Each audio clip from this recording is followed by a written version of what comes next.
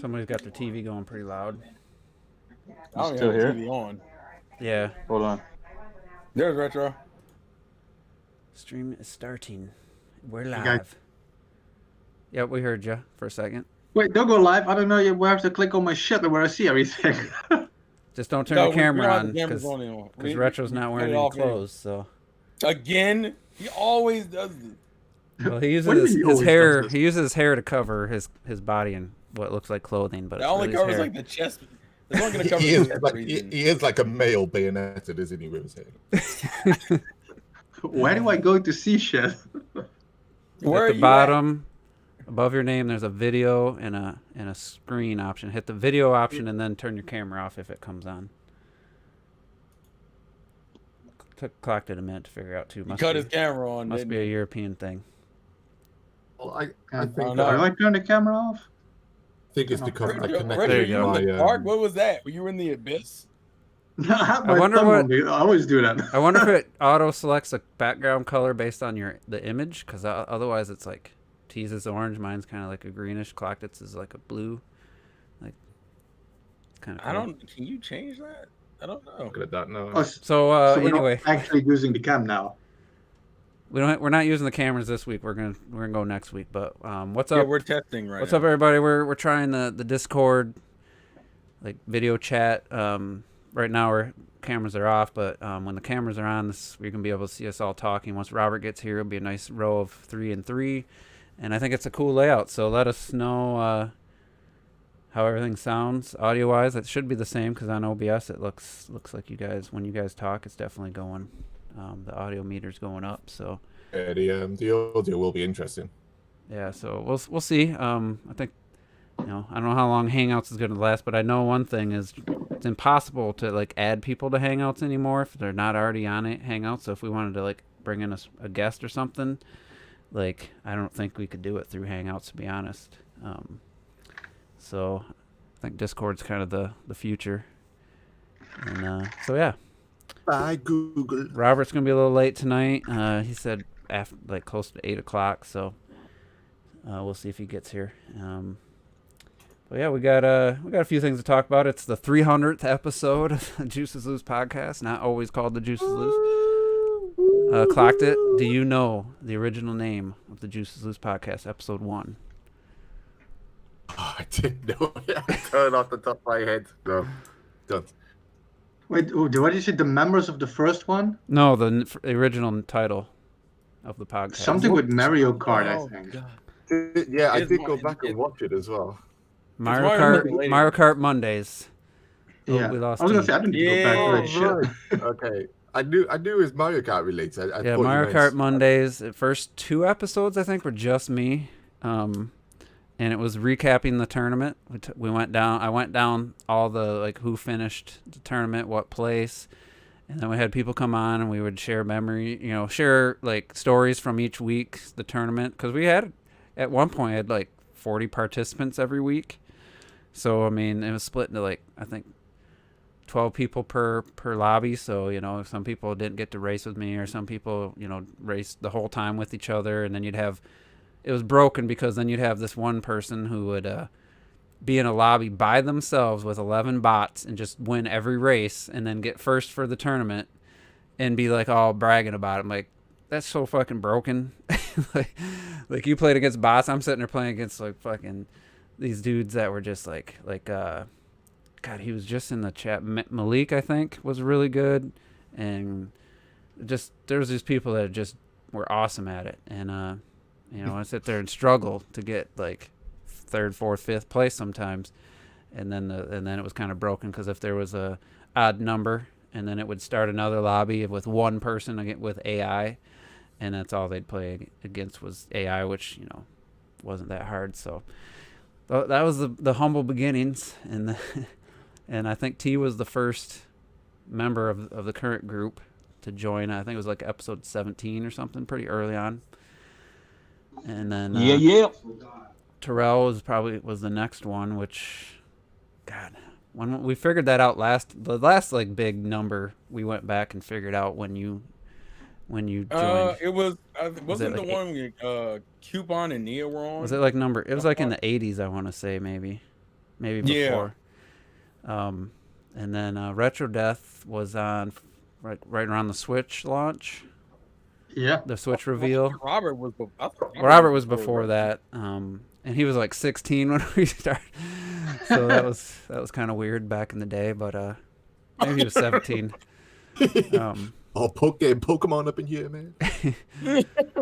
So yeah, a lot. I mean, and then I had some where like I think T and I wrapped up E3 one time. I think it was 2015. We just shit on Nintendo digital event, and I think I counted that as like a Juices Loose podcast. So I mean, there's some that weren't just like official podcasts over the years, but you know, for whatever, you know, however you want to count it, we're at number 300. So that's a pretty significant number, I think. We made it, baby. Seems like our views don't keep going up, but we had that nice peak around the Switch launch where we were getting 2,000 views a week, and then it was like 1,500, and then it was 1,000, and then it was like 900, then 800. Because Retro kept giving his opinions, and it just kept pissing me I off. think it was just the Switch hype, and then it's just like, all right, well, that was cool. We're all excited. Complaining about the Switch. I think it's dropped off a little before. I know I went a little hard on the Switch in 2018, and definitely people didn't like it, but I had to call it the way I seen it, man. 2018 just was not a great year in my opinion. Just about, you know, what we got 4 Wii U ports, Smash, Mario Tennis, and Super Mario Party. Kirby. And what? Kirby? Yeah. So I mean, just wasn't the best year compared to 2017. So anyway, I figured throughout the podcast maybe if somebody thinks of any moments from over the last whatever podcast since you've been on, or maybe even before you're on, so I guess I'll start with this because Lenny Wright said he found me through Robert Rule of Two because he discovered T around the same time. Retro Death, how did you stumble upon the Juice Loose podcast? Because you used to leave these 10-paragraph comments. Do you remember how I used to leave because I don't do what people do. You know, so I hate it when people they watch the replay, for example, of the podcast, and they type in real time as if they're in a chat, and they leave 10 fucking comments. Mm-hmm. But I used to type what I wanted to say every time I wanted to say something. So in the end, they left a whole fucking novel. And also during the live chat, sometimes I don't know, I felt like I always had so much shit to say. I was like, I want to join in that kind of shit. I found you all via T actually, because before I never really listened to podcasts and stuff, but I loved, man, right before I joined, it was peak time of crumb side YouTube. There was so much drama and glorious shit, and T used to make these, you know, there were a lot of people that were kind of crumb side in quotations kind of people for Nintendo. It was everybody was either Xbox or PlayStation and shit, and those people would attack Nintendo. And T was one of the only people I found that fought back. And I love this drama shit. They made these awesome videos and shit. And via T, I discovered the podcast, and then I joined and started listening because I never really saw as many people as us. Now you get drowned in them, but back then there were not a lot of people that were decent Nintendo content that weren't fucking fanboys and shit. And I was I want to be a fucking part of this. I want to be able to talk because it got tiring typing all these novels in the comment section all the time. And I just know Juicy barely reads that shit. You know? I'd skim them. So T, I don't know if we've ever talked about this. I think OJ asked me to be part of his.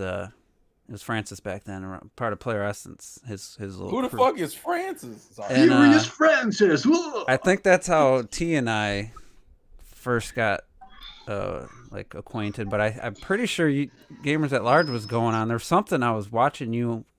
I would watch videos. Yeah, we brought you into Gamers at Large first. Oh yeah, that's right. You forgot? But I was watching you guys. I would watch you guys, listen to your guys' the podcast while I was out doing deliveries for work in the morning. And I was like, man, these guys, this is great discussion. You know, I'd like to be on with these guys and stuff. So, I guess that is how it started. And then we both were on the what I forget what OJ called his little group of. Uh, what were we? I don't remember either. It wasn't uh, that important. Oh, it wasn't. Yeah, it wasn't anything big or anything. It's just like Savagery. PE Network. Is that what it was? Yeah, I think that's it. Yeah. PE Network. Yeah. So I'm reading people's chats. One Rakia said he remembers Retro's novel comments. That was back when YouTube had networks. Remember that? Yeah. Lenny Wright said he found me, like I said, through Robert Rule 2. Donnie Art said his brother was watching the podcast. I love how T's thing just found its way in the comment section now, like Don Yards and shit. Like I remember when OG had a site he gave up on. Realistically, I like the meme that T is shit's the moving in the gatekeeper of comments. Juice's podcast.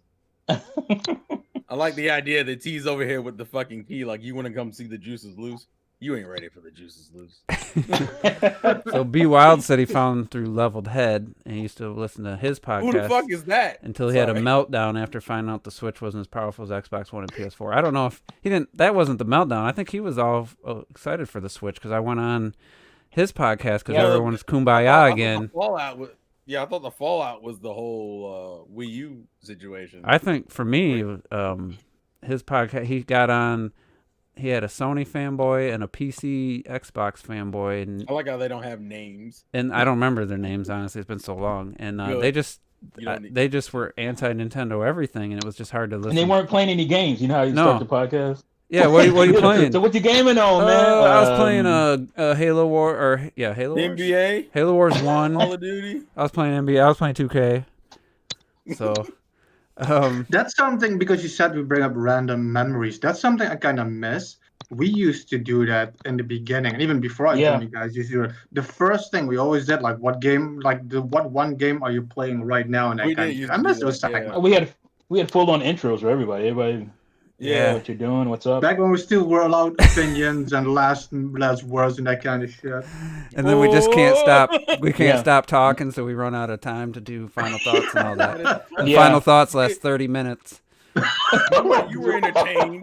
So Rocky said he found us through Robert Rule 2. And Seekar Rob will be back. Rob is running late. Said probably around 8 o'clock he'll hopefully be joining us. What happened to Zen Gamer? Zen Gamer. Him and I. That was the first falling out I've had with anybody on YouTube, or through the gaming side of it. When I did my 2015 Why Nintendo Still Won E3 for me, and I've mentioned this a bunch of times, but basically it was just simple. Nintendo World Championship and the Treehouse for 3 days was enough to beat out some really long bloated press conferences from Sony and Microsoft, and the dude just went nuts. He lost it on you. He lost it so bad. Videos. And I'm like, he quit playing Nintendo. He changed his name. That shit was funny. Because a bunch of people were like, dude, what? They came not really just to my defense, just pointing out, like, really, it's just his opinion. Obviously, I said the Directs was terrible. Me and T talked about it for like 2 hours. But overall, I got way more out of what Nintendo did than Sony and Microsoft. So, I mean, I wasn't definitely more of a Nintendo fanboy back then than now, I guess.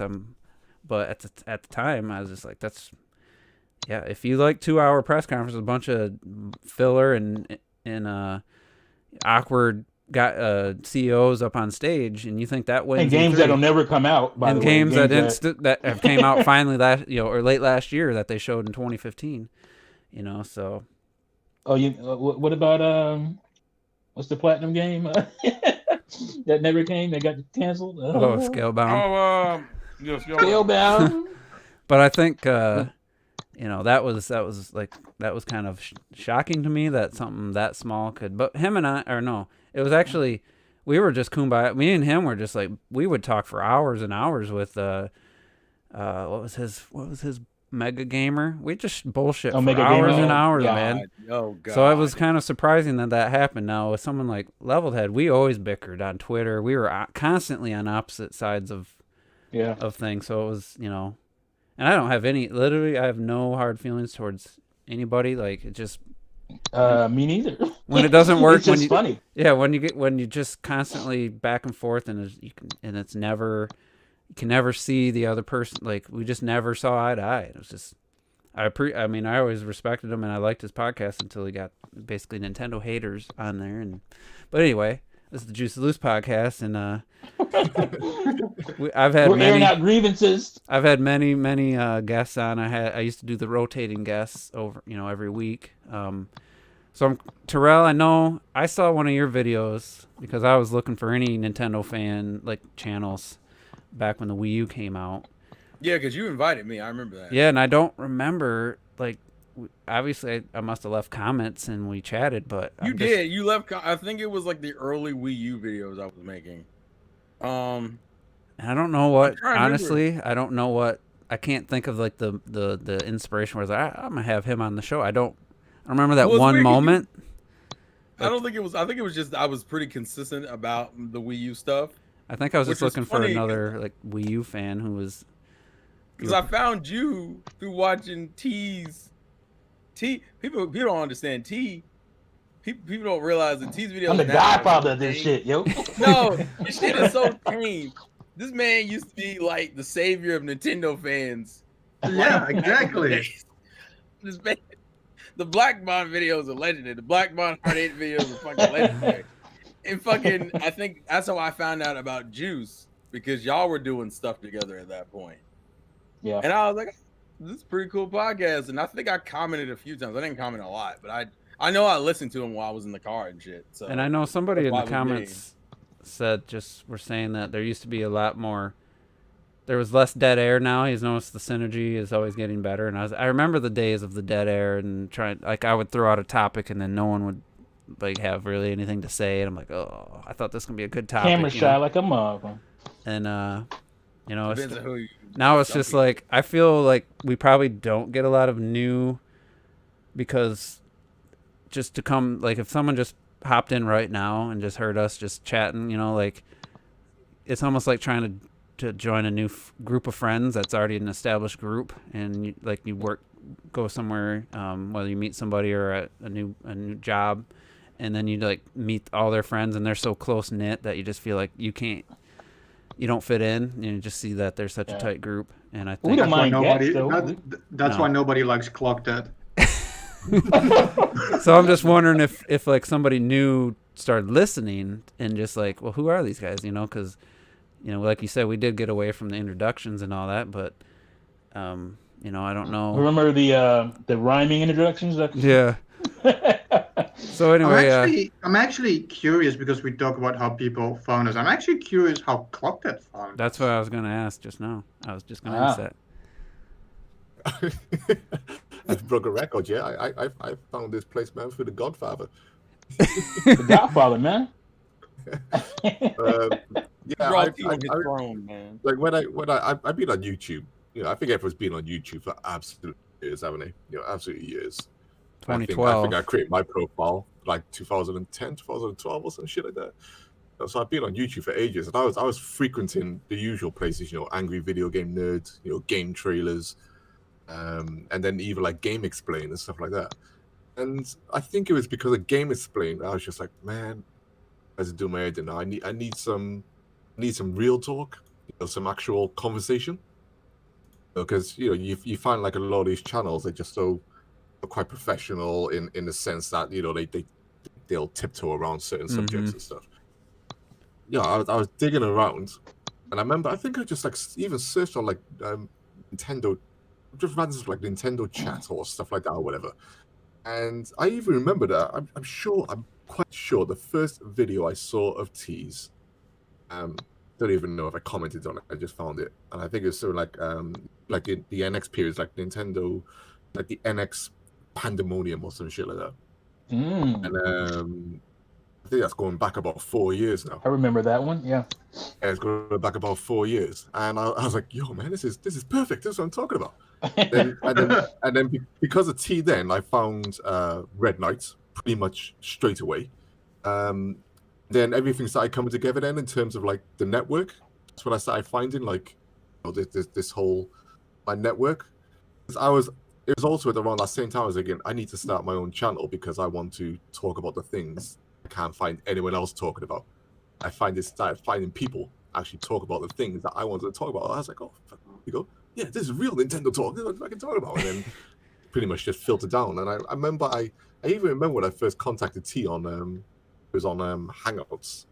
I remember being, quite nervous and stuff. Just saying, like, I can imagine loads of people trying to contact you. It Tell me happens. tell me to piss off if you want, like, because I can imagine, thinking, these people got thousands of subscribers. I can imagine people, harassing them and stuff. But I'm in my then, trailer. I we don't got time for this shit. we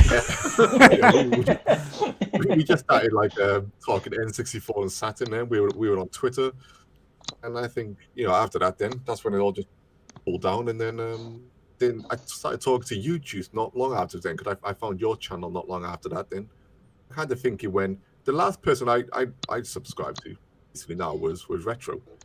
I think it's just because Retro went that bit Sounds about later. right. Wait, didn't you subscribe to like Terrell like last week or some shit? I think he was. No. It's nobody would. I nobody points Oh, out. he tried to throw you under the bus. He too, followed. man. I think he was following him. Like a new subscription. I'm just like, man, who keeps on following me? She is Terrell, man. What the fuck? They just cracked me up. Yeah, I remember asking so you. I remember asking you to come on. You're like, "Oh no way, man! I don't want to." Well, it was like back then, like I said, when I found you guys, I was like, yo, this is perfect, man. These guys, look at them. They got like a huge community and stuff. They all talk about the things I want to talk about. This is great. And then you were, my Nintendo celebrities, and in some respects, you still are my Nintendo YouTube celebrities. So it was just the element of being nervous because I'd never been on a podcast before. It wasn't like I was worried about not being able to talk with you guys and keep up with you guys. It was just a nerve-wracking experience. Like I said, I did like to politely say not right now because I'm not ready. And I did that a few times, and then I was like, come on, man, just get in there. I was just worried about how late it was going to be for you, so I was just like, no pressure, but think you should come on. Oh, but then like by then I was like so into everything that the whole community. I was just like, man, I need to. I want to be part of this forever. So I see in the chat, I think it's Bribe or Bribe. He said, "Congrats on the 300. Been listening since the beginning." So I've seen your name, very rarely. I don't think you chat or comment too much, but I'm curious. Over the years, if you can remember, like, who was your favorite member or guest who isn't on the podcast anymore, and who's your favorite guest that's still on the podcast? If you feel like answering, you don't have to. Are we literally gonna make people pick favorites? I'm just asking because I win. I've had a lot of people on. I know how this is gonna end, and I'm not looking forward to it. Destiny Fomo's the one I want on, the most, but she's probably too big for our channel now, so. Well, yeah, her OnlyFans is blowing up. Apparently she sold her Switch collection that she never owned. So there must have been a fallout there. Hey, if you want to see her naked, just click the link. Yeah, that's what it's always been about. Of course. As soon as she started trying out, you get outfits. around these sweaty nerds, and you trick them into thinking, "Oh, you're one of us," and then it's like, "Oh, look at." It's the ultimate. I really just want to show you my boobs. It's the ultimate scam. I knew it from the first video that was. Of course. That wasn't her collection. You can hear it in her voice. Like, she was reading from a script. I said that from the beginning. I'm like, this shit ain't authentic, bro. She was like Luigi's house or whatever. She didn't know any of the fucking. And she's like, right. Here's whatever. How many grand was it? Like 10 grand. I'm looking for a copy of whatever NES game, and it's just like she was reading from a script. There was no passion. Yeah. No, She said only one thing that was true and honest, and that is Mario Sunshine is trash. That was it. So Malik, I think the podcast has been going on since 2014. Damn. Been watching before, during, and after college. And Malik, were you in the Mario Kart 8 tournaments back on the Wii U? I feel like you were, and you were really good. But yeah, so it was good times. I want to just give an update. Malik JC. Malik. Yeah. I think he was part of. I know he's really good at Smash, but I think he's been around a while. I'm pretty sure he was in the Mario Kart days. He's a real one. We respect him. I remember Bribe Babe from way back. And who was it? CK. Who said something? I meant to read. CK Uzumaki. Uzumaki. Yeah. Somebody said something a little bit ago, and I was going to read it. Then I lost. About what? Oh, Be Wild. Be wild. Spawncast. He's been around a while. Be wild. Spawncast sucks. A bunch of rivals coming together to feed off each other's fan base, and he loves Clocked It. By the way, you all feel like friends, so that's what we try. That's what we try. Yeah, we hang out outside of this. He was and Lenny Wright was happy to find Nintendo fans around his age that weren't complete fanboys. Nice. Try to be fair. When I was still listening to you guys before I joined, it's not like he was my favorite or anything, but I always really appreciated Rob, Rule of Two, when he was still there. I liked how he talked, and there was something about how he talked and how he was never really that negative. I mean, in the end, he was fucking like Switzerland, some shit. He was never negative or that anything, but I liked how he talked always. I was kind of like bummed out when I joined. Like, I think the next podcast, he was fucking gone. It's you, so you drove him off. Yeah, I wasn't like we had a little bit of a difference of not really opinions, but we just weren't gelling as much. Weren't really gelling as much, and then all of a sudden, not long after he said he couldn't do the podcast anymore, but then all of a sudden he was on bigger podcasts. So I just wish he would have just said, "Hey man, I got an opportunity to do some bigger." Get more of an audience or something. I mean, either way, it's cool with me. I can't hate on that. Yeah. Let's see. AKA Slayer, what's up? Red Knight was his favorite of the ones that aren't on there. I mean, I still have fond memories of podcasts with Red Knight, man. As much as what's really funny is that in my feed, because recommendeds pop up every once in a while. I got one from Mr. L Live 08 from 6 years ago with Red Knight on. He passed away, didn't he, Mr. L Live? Yeah. Rest in peace. I really liked him on the Live and Leveled, but yeah, he was cool. Yeah, I think honestly, Red Knight's he was always thinking back of all the good times. Like, he was probably my favorite guest that isn't on anymore. Just certain when you get older, or you spend enough time with somebody, and you start to either accept the person for their differences or your differences with that person, or it just becomes too much. And I just feel like that's what happened. But I still really have super fond memories of our podcast on his and on this one. So sucks for you guys because I ain't going anyway. You just gotta accept my bullshit. Damn it! Yay! Someone get the gun. Oh, to my heart. Yeah, I mean that's the thing, right? We all let Retro get on his head, almost off-wall shit that you've ever heard, and we get into heated debates, and he's still here. Like we give him a lot of shit too. Retro does have some out there opinions, though. I think he just does it just because he likes the drama. Stop giving him shit. But what I'm saying is, unlike some other folks that may have passed on, he's here and he ain't going nowhere. Like he can deal with it. Like, so we all give each other shit anyway. That's like half the fun for me.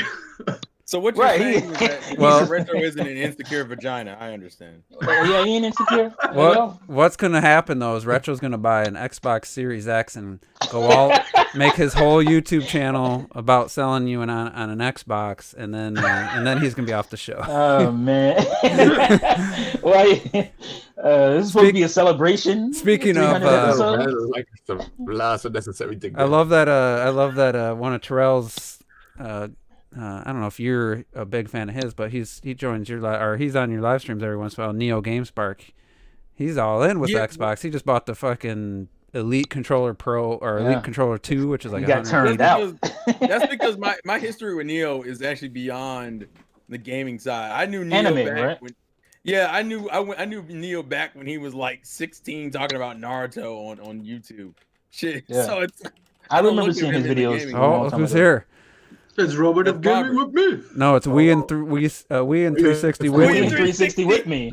That's right, buddy. Hello. So Robert, we're sharing stories, and how did you first discover the podcast?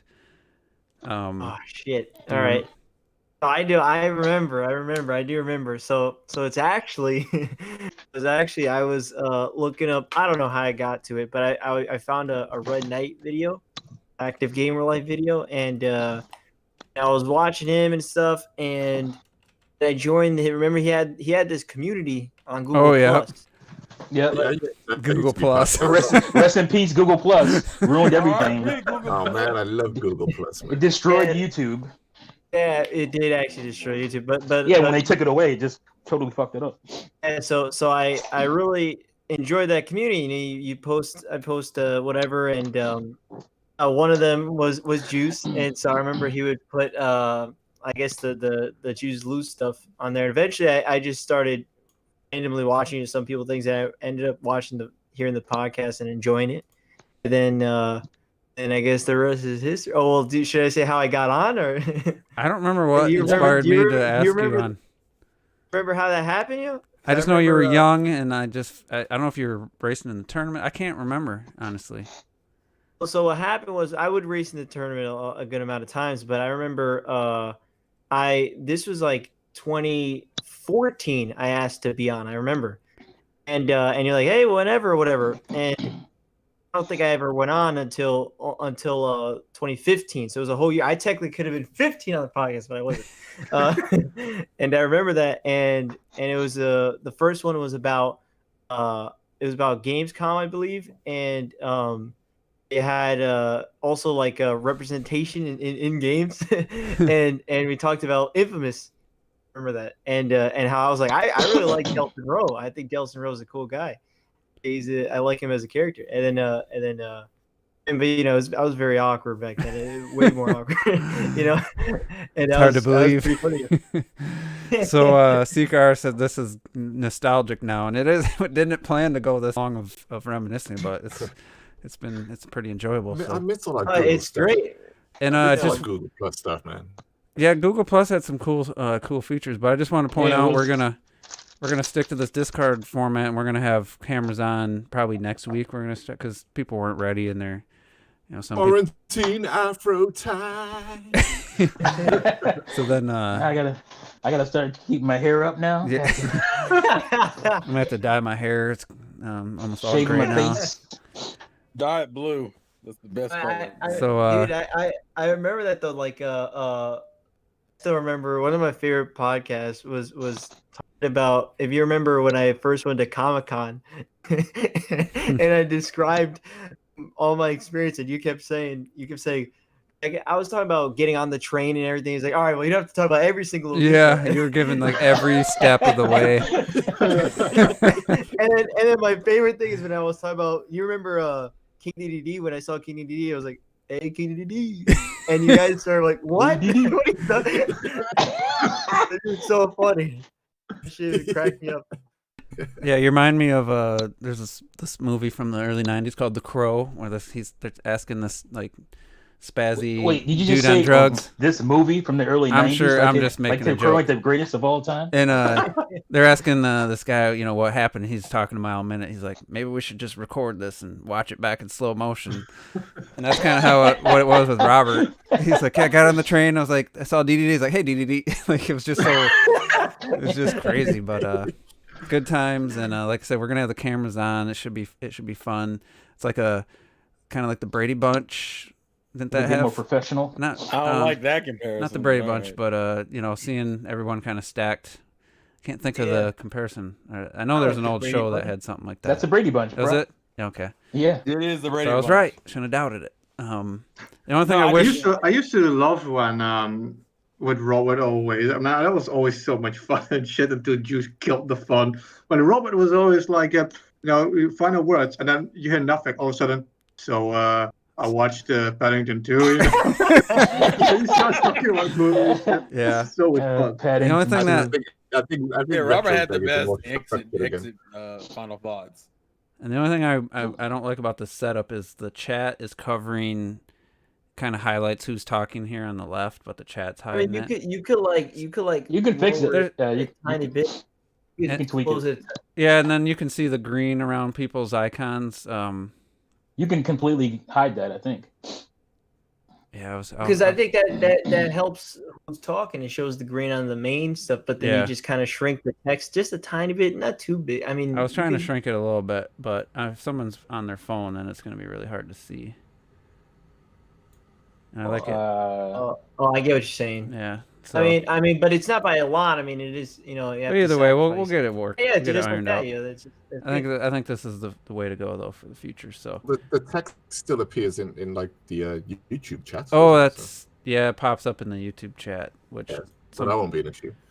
so. But we'll get her ironed out. We'll try it out with the cameras on next week, and it should be fun. So, all right, let's get into some discussion here. I'm gonna give a quick update on The Last of Us Part 2 because I hit that point in the game, and I thought you were going to say something else. the point in the game that people said they stopped playing the game for, and like I said last week before I haven't even got there, I think knowing that it happens is or not knowing that you're going to play as a different character for the second half of the game is the biggest reason to get mad, because knowing it was coming, I have absolutely zero complaints about it. It's like just like the first half of the game, I was very motivated. Like I said, I was never been really this motivated story-wise to like go through a game, and started the second half, and I'm just as motivated to play with this other character for story reasons. So it's like, I just think people not expecting it, them keeping it a secret, and expecting to play as Ellie the whole time. She's on the cover. She's the main character. They only showed her in any of the trailers and stuff. And the description is talking about Ellie's vengeance. It just yeah, and yeah, I don't think that's the contention. I think the contention is that well, that's from the reviews. The non-spoiler reviews I was reading, that seemed to be this one thing happens in the middle of the game. But I think it's deeper than that, though, because if people who actually go into it say stuff like, "Well, she's not honoring, Ellie's not honoring, what Joel did for her. Mm-hmm. The correct, she didn't take it the right way." That makes a lot of sense. I will have my biggest complaint about the game, from a story standpoint, is that, I mean, if you've seen the trailers, Ellie's on vengeance. She's looking for somebody, and everybody she encounters, she's trying to find out where this person is, and every single one of them does something stupid, fights back, and forces her to kill them without her having the chance for us as an audience to see if she's actually gonna let this person go, and all she really wants is this other person. But every time she gets into the situation, the person does something stupid, just like in any horror movie. They do something stupid, forcing her to kill the other person to either defend herself or because that person's gonna alert other people. And it's like every single time the people do the exact same stupid thing, and it's like I have a complaint about that. So it's not like Ellie's really, you don't even get a chance to see if she would do the right thing or not, because it's like she gets forced to do bad things to people, and it's like it's not really a good representation of somebody who's breaking down and crossing lines and not be able to go back. It's these people keep doing stupid things, and it's like that's the part that bugs me. It's like, why did you do that? You just got yourself killed for no reason. I just feel like there's a lot of points. There's a lot of points where people could have just talked. Yeah. They don't explain what's going on. They could have just said, dude, a lot of things could be avoided if you just said like one sentence. It's so frustrating. That's what I'm saying. Movie to me. See, and the thing is, this again, the second half of the game, the point that you're at now, and the character you have to play as in the second half of the game, a lot of people didn't want to play as that character because they found them irredeemable, no matter what.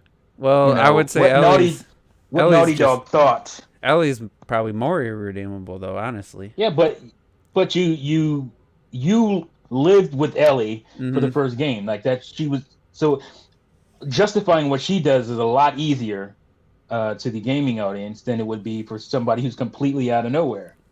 Also, I don't personally care for the second character nearly as much as Ellie. It's not even close. I can tell you that I like young Ellie, the flashback stuff. The flashbacks of that. Yeah, a lot of people said that. A lot of people loved that part. I wanted. That was the game I wanted. Yeah, that's exactly right. People were saying like, why didn't we get that game? Like, I would have rather had that game. I honestly felt they feel like this is like part 3. I feel like those flashbacks were what probably should have been. I think that's what the game was going to be. There's even a flashback that's like 8 hours in the game where it's telling you to hit R3 to hit your flashlight. I think it was going to be the beginning of the game, and they just never took that out. But having played it myself, I didn't like Abby in the first two times you play as her early in the game.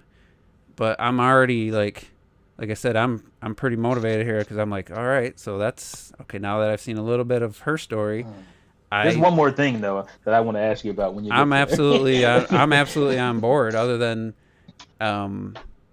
you know, I would say that my big thing though with Abby, obviously I'm not gonna go into any details, but like, but I guess I can't really say because I think it's Did you finish? I beat it within the weekend, Yeah, he beat it the first night. Yeah. But I will It's all say dedication, man. I will say Abby's definitely she's got some pipes on her. She's ripped and no, yeah, she's jacked shit. she's jacked. And a lot of people don't like that, and it's like, oh, it's not, I don't like the fact that a woman has muscles. Excuse me. I don't. It's not my aesthetically my favorite thing, but I'm not shitting you. Within 20 minutes, I wasn't even thinking about that anymore. I'm just like, all right, she's got new mechanics. You got a dog companion now. It's like, I'm all in. And I'd have to just message you off stream because there's a specific thing that that I don't know. It's kind of like they try so hard to give you empathy for Abby that they'll do specific things that are like, oh, of course you would gain empathy. Right, that's what I'm saying. I've heard a lot of that. It's just a normal human being thing. They're trying to force you to like her and see it from her side. Like, dude, come on, man. I'll let you know if I think it feels forced. Realistically, I'm gonna wait till you're done because that's what I really want to know. I feel like the one thing I want to quickly say is that the main complaint I think that most people would agree with The Last of Us 2 is that the core story would be fine if it wasn't paced and like put in the way it is. Like, I don't mind. See, I find it very refreshing to play as her because I was starting to kind of push through with Ellie's the later stuff because I'm just like, all right, I kind of have a feeling I know the thing's coming where I'm gonna be playing as a different character, and I was just like, all right, I'm not scrounging for as many items and stuff anymore. I was just kind of pushing ahead. I was actually I would have been. I feel like it's a nice kind of change of pace. Honestly, I haven't encountered any pacing issues. But the one thing I will say is, before this conversation just now, I didn't know people were saying that they felt like the empathy was kind of forced, and I kind of feel like maybe now I'm going to be influenced. I hate that to look that way. Because it's almost like the movie Inception, where you plan an idea. Oh, I didn't. Yeah, I didn't. An idea. Well, damn. So, because at this point, I honestly, my biggest complaint was just a few of the story things with the characters being dumb, and then the controlling the boat is just absolutely atrocious for a 2020 game. It's unacceptable. It's so bad. But if you don't feel that way right now, I don't think it's really gonna change. I mean, I'm only in Abby's first, like her first day one or whatever, the first go with her. I haven't seen too much.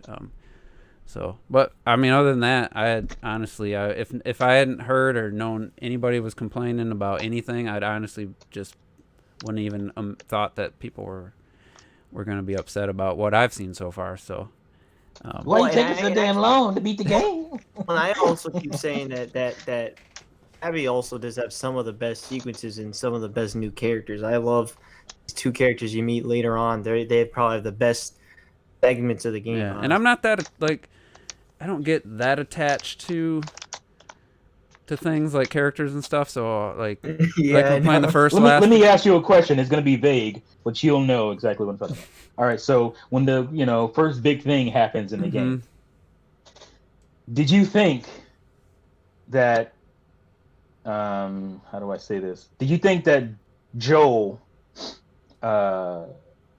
was in his character to put himself in that situation? Oh no! See, Robert kind of said something. Robert pointed that out, and I didn't even cross my mind because I kind of feel like at that point they've been kind of settled. Yeah, maybe he doesn't have that same mentality that he just loses his really. Like I don't know. I think that really makes that feels like something somebody told you, and I honestly never even think that till Robert said something. I see that in movies all the time. I get upset with TV shows when they do that. It's like, especially like Walking Dead and stuff like that, when they the character does something completely stupid that's way out of their, they're out of their character, Mhm. so they have something to go through in this episode. I'm like, they're only doing that because they can't write a better situation Yeah. for this person to be in. I think they It's could have just done that it a they little needed that better. plot point. I think they like after Robert pointed I it have out. a way. I'm not going to say it on air. I'll tell you later. I have a way they could have totally fixed that. Well, it could have just It been would- a slip up too. Would have been way easier. Could have just been a slip Like up. it still would have been interesting, but it would have been way easier. But that's what I wanted to know. So. It. Yeah. I just- Anyway, I want let's, to Last of Us Part 1.5.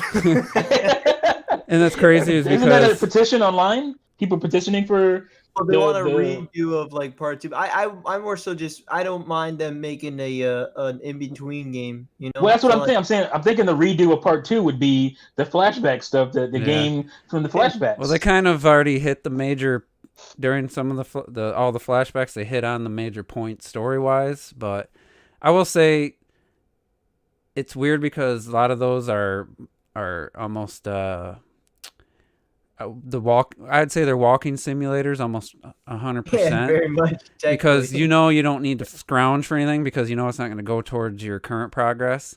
So, but Yeah. it is the two of the flashbacks have been the two best parts story wise for me of the game. Exactly. Same here, and But- that's frustrating That- because I've heard that over and over again. And the thing is, though, sometimes, like, maybe it could have been broken up a little bit more evenly with older stuff in the what is the current stuff in the game, like the current time. Yeah. But sometimes you getting a taste of something, you like, oh, I want the whole game based on this, but I actually kind of like the change of how it changes back, and you're like, oh, this is a better time and better place. I love these characters, but I also kind of like that it is in a smaller sample, because it's like I love pizza, but I'm not one to sit there and eat pizza every week or every other day. I'll get pizza like once a month because even though I love it, I like it.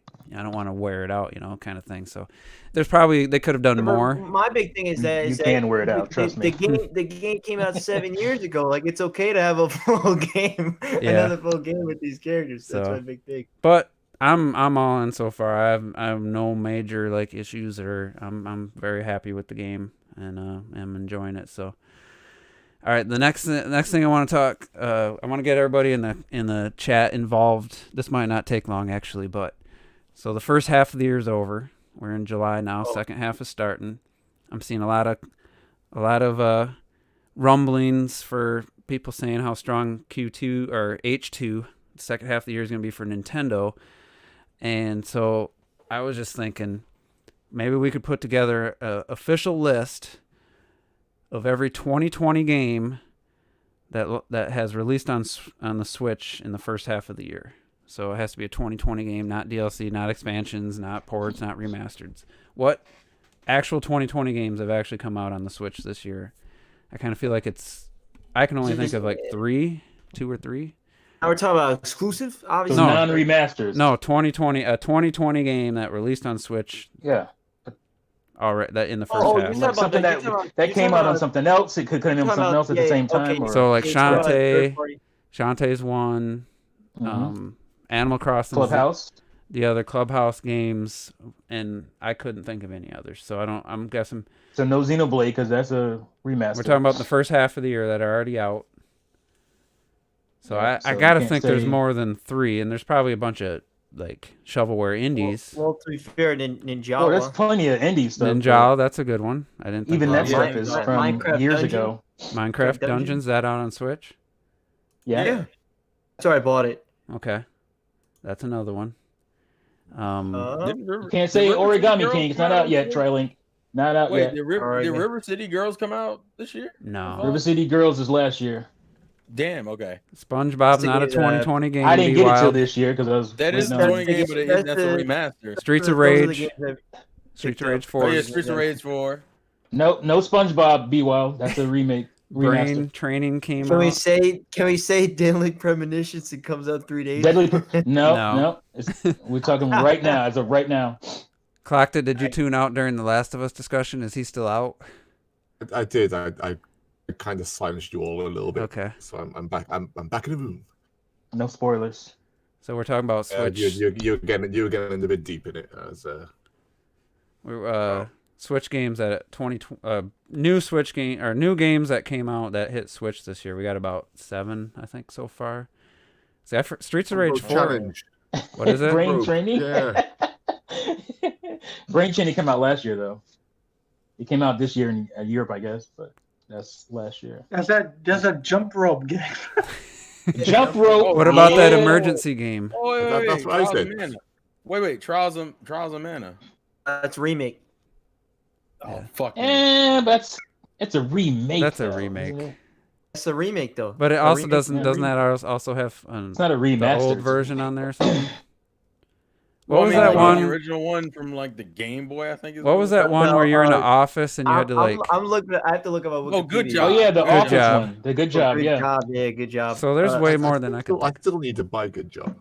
Yeah, I can look it up right now. I have a friend who has it. It's fucking ridiculous. And there hasn't been a ton of games elsewhere either. So Darksiders Genesis. Now I'm Well, just yeah, looking no. up Dave. And Just looking up was Dave. that February? I don't remember. That was that was I'll tell you That right was now. early that was this year. February. and if Doom Eternal would have made it out, that would have counted. But Darksiders was 2019. Woulda, shoulda, coulda. I think the problem is there's The Switch version wasn't Juice. I know, but we're just talking about a game that's new in 2020. Star Wars period. Pod Racer. Okay. I know. I thought that was important. It's a port. It's, yeah, I'm it's just a straight port. being funny. It's pretty pathetic. It runs at a higher They've resolution. done That's much it. definitely. But it's still, I mean, Higher resolution than what? than the N64 version. My Hero One. I was gonna say I have the Dreamcast version. And it's the same. I think It's 60, I'm pretty sure. RBI one game came out. 20. RBI. Burnout Pair. Oh, never mind. That's a remake. That's a Summer and Mara was released, I think. Summer and Mara. Samurai Showdown was 2018. No, that was last year. I know. One Piece. You got One Piece Pirate Warriors 4, yo. Oh, don't bring that up Alright. to me, bro. You got Gertie. You got Clash Force. You got Ghost Grab 3000. You got Bundle Indie Darling Volume 3. You got Oh my God. Ottoman Empire, which I just played myself, and I was asked to review it, but it's so garbage. I can't even waste my time. Sorry, whoever sent that to me for a review, the review copy. I can't, man. It is so trash. I can't even... Apparently, that's actually pretty fun. I don't know. Go for your friend. The Ottoman Empire is trash. Oh, it is. Trials trash. of Cold I Steel. got the same thing. We're just- I got that yeah. same thing, bro. Just going to There's the a bunch of eShop. stuff, man, but it's all trash. Yeah. I'm on a Blair Witch. Well, Blair Witch came out last year, technically. Yeah, it came out last year. I forgot that game came out on other, like last year on other systems. I'm looking. Everybody Uh, forgot that game. Didn't Pokemon I Mystery don't- Dungeon come out? Oh, But that's a Wait, that's remake. not. That's No, not remake. I don't see anything worth mentioning in this scrolling I'm doing right now. It's just We've a hit. bunch I of- think we've hit all the We've major hit- ones. About We've hit 10. These Yeah. these are the things. So it's more than I was than I remember because a couple of them kind of came and went. Unfortunately, for even like Streets of Rage, which everyone seemed to love, you didn't hear much about it after. I wonder how it did. I mean, I hope it did well. I still don't have it yet. I paid for wait, it. I tell you what came out as well. Outer Worlds. Did we get that? No, but That was last year. that was last year. The game. Do you even But want it to? came out on Switch this year, though, didn't it? No, we're talking about 2020 It games. did, yeah, it did come We're out. talking this about year. 2020 games. Not games that released on Switch in 2020, but 2020 games that released on Switch in 2020. So 2019 so game. Day and date games and whatever came out this year on Switch.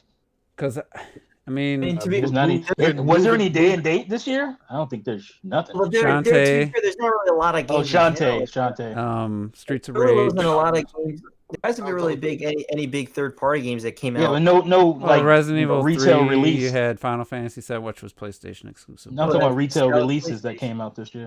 Feels like there was at least one other like bigger Doom Eternal. Doom Eternal. That's coming later on. But that's what I mean. Like there wasn't really any big. Journey far to a as Savage multiplats. Planet. That was last year, right? Yeah, I was saying Sony just got their big game like a few weeks ago. What about Journey to the Savage Planet? Was that What game last is year? that? No, I'm just kidding. I don't think All right, now we're Shantae. at the bottom of the barrel, T. I don't think Shantae No, that's was. a good game. Was Shantae out on Apple I'm last not year? saying- Yeah, but it was only like Oh, the first. But it wasn't the what? whole Yeah, game. It The was full game? It That shit wasn't the don't whole count. game. That It shit wasn't the don't whole count. game. It was like the first part Yeah, that of don't it. count. And Muhammad said he's only bought Mario plus Rabbids this year, so on the Switch. Yeah, that's been Come on, A my game guy. that came out in 2017. Come on, You my gotta man. play your backlog. That's how you get through. Gotta try to play. No, I'm gotta not play hating on it for something. doing it. It's a great game. I'm just saying that's Yeah, how I mean, sad it's it's great. been. I mean, I honestly, know, man. It hasn't been I know sad, I yo. know Animal Crossing's huge and a lot of people play it, but for the people that Yeah. aren't into Animal There's- Crossing, it's been pretty Yeah, but long time. I think you could say my only problem about that thing is anyone can say it about any game. People that aren't into blah blah blah, the people that aren't into like at some point you don't play those genres. It is what it is. I mean, I know, but like, it doesn't change the fact that Yeah, it's but it's true. still. I mean, we're being honest. It's not like a Mario Kart where even if you don't like, or even if you're not a racing fan, you probably play Mario Kart, right? So it's not like that type of game. It's not if you're not into like know about that, man. management and all that kind of stuff. You're probably not gonna care for this type of game. Like same thing with Paper Mario. Like if you don't like RPGs or even if you're a Mario fan, you may not like Paper Mario because it's just not the type of Mario I you don't want want to to play. hear that stuff. To me, there are no people who think Animal Crossing is not their game. There's only people who haven't played it yet. I've played it. Okay, I'm just Are saying, we like, gonna do the cult? So of you're Animal gonna Crossing? counter the bias, what you see as bias argument with more bias? it'd be like if somebody's like, "Hey, I didn't like The Last of Us 1, so I'm not gonna play The Last of Us 2, so I haven't had a Sony game to buy in a long time." It doesn't make it untrue. I would say, Yeah, hey, I but you don't didn't like pick The up Last of Us Dream. 1, so I ain't buying 2. So Ghost I of would say you Tsushima didn't comes pick up- out next My week. big thing is I would say you didn't pick up Dreams, and then like, oh, but I don't like Creation too. I'm like, all right, well, what do you like? That's what I would say. I said, what do you like, my guy? And so that's I like why action adventure games. Why don't we have any more of those? I mean, that's a genre that's weak. Racing games is a weak ass genre on Switch, and I'm a racing fan, and I got most of what I got is rally stuff. They don't have like an arcade. They don't have a abundance of arcade racers, which is pretty surprising to me. It's slightly defensive and also Full first-person shooters. Like if you're a first-person shooter fan, they don't have enough on Switch to cater to you. Especially if you already played a bunch of the stuff they got. So All right, clocked it. Trying to Nintendo say have something. done a little bit all right in terms of what they've released. It's not perfect, but at the end of the day, they have done Animal Crossing. Fine, they've done a Xenoblade remake, but it's still a very competent, a very well made remake. And we're getting Paper Mario. Then they've thrown a little bit in between.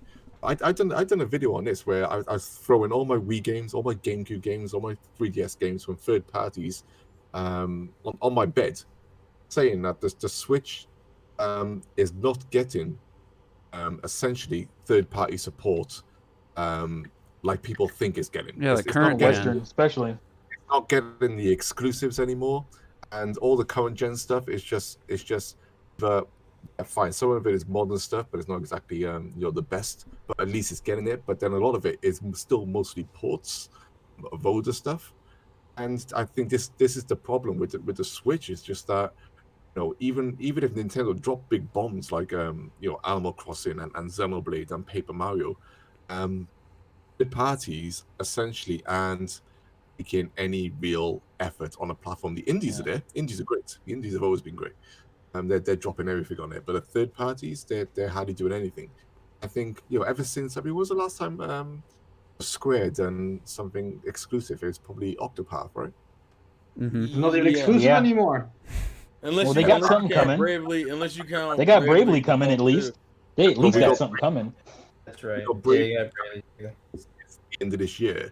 But even from Square and to themselves, you go back to the Wii, you go back to the DS and stuff. They were throwing. I was just about to say. There was no Wii. tomorrow. Yeah, it's missing. Even the Even on the Wii. GameCube. It's missing Well, exclusive. the GameCube was much better as far as like day and date, like third party games. But the Wii didn't have the power, and yet it still got obviously lesser versions, but it still got these major third party games. And a lot of people complained about like shovelware and whatnot, which I think is BS, and I have a few videos on why that's BS. But looking at this damn eShop, I haven't seen more shovelware than anything I've ever seen before. There's so much trash on here. There's so much trash on the Wii or the Switch eShop right now. Nintendo allowed a game. There's a game I can't remember the name of it. There's like a really shitty action adventure game that uses Ocarina of Time music in it. It ripped music from Nintendo, and their process is so shoddy right now. They're allowing games that steal from Nintendo, Well, they're using their allowed. music, and they put that shit on the eShop.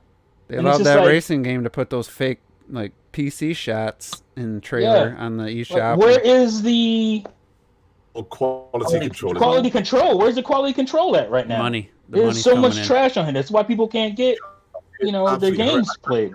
I hate searching on it because the lag as well. You just Oh, searching it's not. through Yeah, It's horrendous on it. I'm glad you brought that up Really, because I think people are, because what was it, April or May? We're like, oh, all these new Switch games coming, all these new games coming to Switch, and it was like nothing but old games, third party. And I think people are giving the third party companies this huge pass for bringing the BioShock collection and Borderlands 1, 2, and the pre-sequel or whatever. And Xbox 360 and not the calling games, them by the out way. for no Borderlands 3. They're not calling out right. for getting their current game, but we're getting these old games. I don't know why that is. People are excited about that and hyping that up. People are getting Because you can play it portably. I can play it while laying in my bed. Getting a bit confused. I mean, these are still great games. I think that's the Yeah, they're great games, of course. That's the thing. They're still great games, but people are letting that slide over the fact that they are very old games. And the sad Great part games you is- played 2 systems ago. Sad part is, arguably, the best racing game on the Switch is Burnout Paradise. Oh, this is a game. Oh, this is Burnout Paradise. 2010, 11 or something. I can't remember. Burnout Paradise is actually my favorite Burnout. I'm not buying it again, though. Really? I can tell you though, Yeah, after watching reviews of it and seeing how limiting it looks compared to like what Horizon's doing now with the open world, I could see the foundation there for what Horizon is now. I can see that set, that laid down the groundworks for what people built I upon. know. And you can't knock Burnout just because it's more restricted to cities and and stuff like that. Yeah, I'm just saying I can see it's like looking at I can't think of a good example where the first game in the series is good, but then when you get later on, you're just like all the new elements they added make it so much better, and it's like that's like going back to Mario 64 after playing Odyssey or something and say, I like Mario 64, but the world's It's a little smaller than different. Odyssey. I would say it's Grid. more like Mario 64 and Sunshine. I would I say think it's like Grid is the best racer on Switch, but Grid is a Xbox 360 game. Yeah. So It's free. Yeah. and it's not in the retail. Like you can't even buy a physical copy of it. Well, just to finish up what I was saying, like I'm not saying for anybody who, if you haven't played any open world kind of fun racer like that, I'm sure Burnout Paradise is still a fun game. I have no doubt. But I went back and played Forza Horizon 3, and it was missing a few of the new things they added. You could still go anywhere and stuff, but it was just missing some of the new improvements and tweaks. And I was like, man, this is just, I don't want to keep playing this. It doesn't have all the things that made Horizon 4 so special for me. And I just It like doesn't for have me, crashing though. for me going back, yeah, there's crashing in those games. Like that's part of the. It's not like a main part of the game, but you definitely can crash.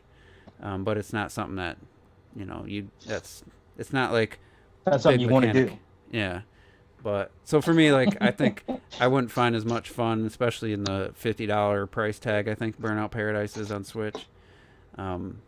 Yeah, and that's bullshit too. Because I never played it back. Well, you can in get the it for day. $5 on other consoles. But right now. anyway, I just think it's an interesting discussion about the fact that we didn't get Doom Eternal at launch like they first promised.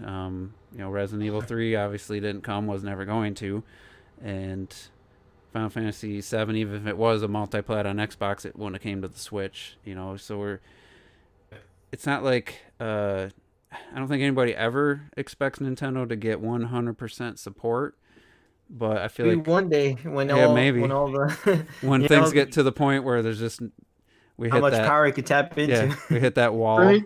Yeah. Because we were talking about this recently on Twitter and shit, but I don't want to hear none of that bullshit Wii U talk anymore because my third-party Wii U library looks pretty sexy from here. Yeah, there was Right. actually As quite a far bit. as big major games, yeah. In that first 2 years, there was quite a few, but then of course it just Right. dropped right off the ledge. So even at this point, it had more day and date big major games than the Switch has. Unless As you far as third count, party goes. unless you count all the 3 FIFAs and the 3 NBAs, then Switch has it nudged by like 1 or 2. Because Well, you don't count that trash. I hope. the Wii U only got the first year of those Maddens, 2Ks, and I don't even know if it got FIFA, but I think it did. It got no. But if I you don't think it take got out FIFA. the annual like version, just count those each as one, then it's like I think Wii U and Switch are like neck and neck. Unless you start getting into the like the smaller games, like if you count, do you count Shantae? Do you count Streets of Rage? Well, I'm talking like Splinter Cells, Yeah. Assassin's Creeds, Deus Exes, Call of Duties. Like Switch or Wii U got all that stuff in the Yeah, Wii beginning. U got so, way more than the Switch. If you trust me, if you start making a list, there's not even a comparison there. Because you're Yes. like, yeah, the Wii U fell off a ledge, but the Switch never climbed on the fucking ledge. as far as that stuff goes, that's great. With, I'd say if you counted all the indies and first party, if you count all the late ports and stuff that the Switch currently has, I think I did tally it up, and it was more than the Wii U, but it was, didn't have as many day and date. yeah. But those are games that should have been on the Wii U, not the damn Switch. And Those are games that should have came out and been ported Yeah. to Wii U. And let's just talk about the potential. What I guess a bunch of people are rumors, leaks, whatever, are saying that the second half's gonna be huge. They've been getting ready, and I'm just like, I hope they're right. Like I'm not against the idea.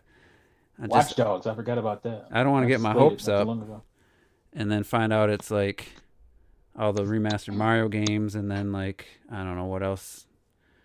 Like we already Paper Mario already got announced, but something along that line, maybe one more of those or something. So those rumors don't even make any sense because people are like, yeah, the second half is going to be fucking insane. Bitch, nobody left their house in 5 fucking months, It's like, I don't know. Wasn't last year's second half way more loaded than the first half? It's gotta be. Well, I think because like think about it, like it's like that every fucking year with these guys. Right? Yeah, I they mean, do almost that. every company, to be fair, they always want to. Other than 2017, 2017 was pretty balanced. Yeah. 2018 was 2019 laughable. 2019 was top heavy or bottom heavy, I should say. Yeah, But it was all right. It wasn't that bad, but it was. I think 2019 was one of the better years. No, I mean as far as like bunching everything in together. Oh yeah, 30 but years. they still 30 years did after. towards the end of the Yeah. year. No, it was a good year as far as the game. 2019 was fantastic, dude. Yeah. And So I mean, I think it's not 2020 they- unbelievable to think. I was gonna say, go ahead, Robert. I mean, 2020 just has to release like 2-3 more games, and it's like golden for me. I mean, you got some Animal Crossing alone just fucking makes it for me. That's like- If I'm being honest, you know what I'm saying? You're a little too I biased. mean, It's not biased, it's my opinion. also to be fair, Right, it's your opinion. Exactly. That makes there it isn't biased. like a lot. There isn't a lot Oh, in general to get excited about this year to begin with. Like, you got one more mainline game from Sony and a launch somewhere with like barely any like mainline games that you would give a shit Well, there's a about lot for of PS5. heavy hitters coming in the end of the year for the current gen too. Like depends on if you're. I mean, we ripped Well- on Avengers last week, but Yeah. you got Cyberpunk. I don't know if people are excited for Watch Dogs Legion or I'm not. excited for Legion. Yeah, I think Legion looks good. I got thought it. Legion. Oh right, I forgot. Got I thought the game Avengers come out a game. while You got ago. the new Assassin's Creed for people who We care got about that. apparently Gods and Monsters. That's coming to Switch. Then Ubisoft Yeah, had. but we. Feels like Ubisoft That's had Ubisoft something. thing. But I'm saying Oh, there's yeah, not that like was a lot. Actually, that's this There's that's not this like Sunday. a lot of crazy games. Ubisoft's Well, thing see, is for me, the first part of this year, like for me, it's like, okay, you got to be honest. It's like, yeah, okay, I like Animal Crossing, so that was a nice a nice drop in the beginning of the year. So, but what if you didn't like Animal Crossing, and maybe you like Xenoblade Chronicles, which I also like that series, but I didn't get Xenoblade Chronicles Definitive Edition because I played the hell out of that game, and yeah, it's prettier, and yeah, there's some extra content, but I'm not in a rush to get that, right? So, okay, what do you have to look forward to at this point? Paper Mario. A lot of Paper Mario fans don't even like Paper Mario, which is I don't like where it's going. You know, they complain about so if you haven't played a Paper Mario and you're hearing all that stuff, well, from Paper Mario fans, maybe you're not overly excited about that. So after that, you don't know what the hell's going on. Nothing so there would be no problem for anybody to be down on this year so far because again, Animal Crossing is greatness. But if you're not an Animal Crossing fan, and you might be a Xeno fan, but again, that's a remake. I played that game. I'm a big Xenoblade Chronicles fan, but again, I didn't run out and get it. I still don't have it yet. So you can see in that scenario where somebody would be looking at this year as pretty lackluster so far, even with Paper Mario Origami King. Again, a lot of people, it's just going to be Color Splash. They complain about Color Splash. I feel like people are more excited. It's just going to be Sticker Star again. I don't feel like that's fair to Paper Mario. That's all I'm saying. I think people are more excited. It's not fair. I'm saying I'm just talking about the environment that you're dealing with. A lot of people are dealing with. No, I agree with the argument that I can see why people could be down on this year, but like that's still like. Okay, fine. Xenoblade's a remaster. Maybe you've already played the original game. A lot. But Animal Crossing has already been kind of confirmed pretty high quality, so that one's good. And then you also have... Now, Paper Mario is still unproven because we haven't gotten reviews, and the game comes out in... I have a feeling it's going to be good, 2 weeks, I think. Paper Mario fans are kind of tepid on it, like I said. That's looking fucking mighty good, though. No, it's looking good. The battle system, I don't know. Good. What do you guys... Clocked it, I know you were trying to say something a little bit ago. If you want to finish what you're saying, and then I was just wondering what people that played Paper Mario, what do you think of what you've seen of the little turn battle system? Yeah, thing? I'm worried about that. I'm worried it might be a little too gimmicky. But go ahead, Clark. All I was going to say about, I think we're being just a little unfair on Nintendo. Like I said, I'm going back to blaming parties, because I think. We have to think about what Nintendo has released, and yeah, I'm going to include, kind of like just a little bit of the later half, so of 2019, which I think we had, both Luigi's Mansion and Pokemon, right? They were the later half. Yeah, Pokemon was November, Luigi's Mansion was October. So then you go into 2020. We have to wait till March. We get Animal Crossing, and then we get a remake, and then we get Paper Mario from Nintendo. No, those are five big franchises from them in the space of, let's just say, 7 months, right? 7-8 months. Okay, going across that 2-year gap. I think we need to be a little bit more, a little bit lenient on them, but also I can understand, if people aren't interested in these franchises. But once again, that's not Nintendo's fault necessarily. Yeah, I think the fact don't get me wrong. You can't expect them to release, say, right, we need to balance this out somehow with genres. Yeah. Let's do Animal Crossing, then let's do a first-person shooter in case people don't like Animal Crossing and stuff like that. No. But that's the thing, though. Third parties. That's just the thing, though. I'm not getting on Nintendo about not releasing a bunch of stuff. I just want to know. Like that's all I'm saying. Like, I'm not saying they've been dropping quality, like you said, since before Luigi's Mansion. What I'm saying is, someone coming into this year, and hey, maybe you're not a big Animal Crossing fan. Yeah, a lot of people exist. There's still at least 30 million people who don't have Animal Crossing on their Switch. So if you're that person and you're looking at the year, maybe you're like, what am I going to be playing? I don't think there's anything wrong with knowing what you're going to be playing. We're in July.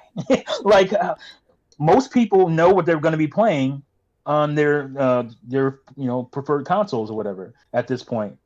Outside of the new systems, which is understandable because they're not even fully revealed yet. It's definitely uncharted territory. I know the silence has been, definitely, there's no doubt about it. But at the same time, even if they did give us the whole year in plan, said, right, up to July, we're going to be having Paper Mario, and then in September we're going to be dropping, I don't know, let's just say Zelda, just as an example.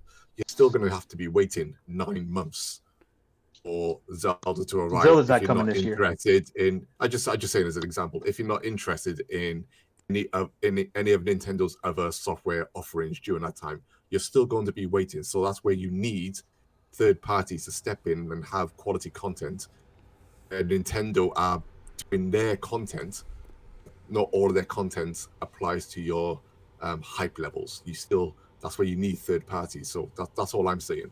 Yeah, I You'll agree, still be because like waiting. if Doom Eternal launched in March, or let's say Capcom actually put Resident Evil 3 or something like that, then this first half would be just more filled out with different types of big games, and I think that would help.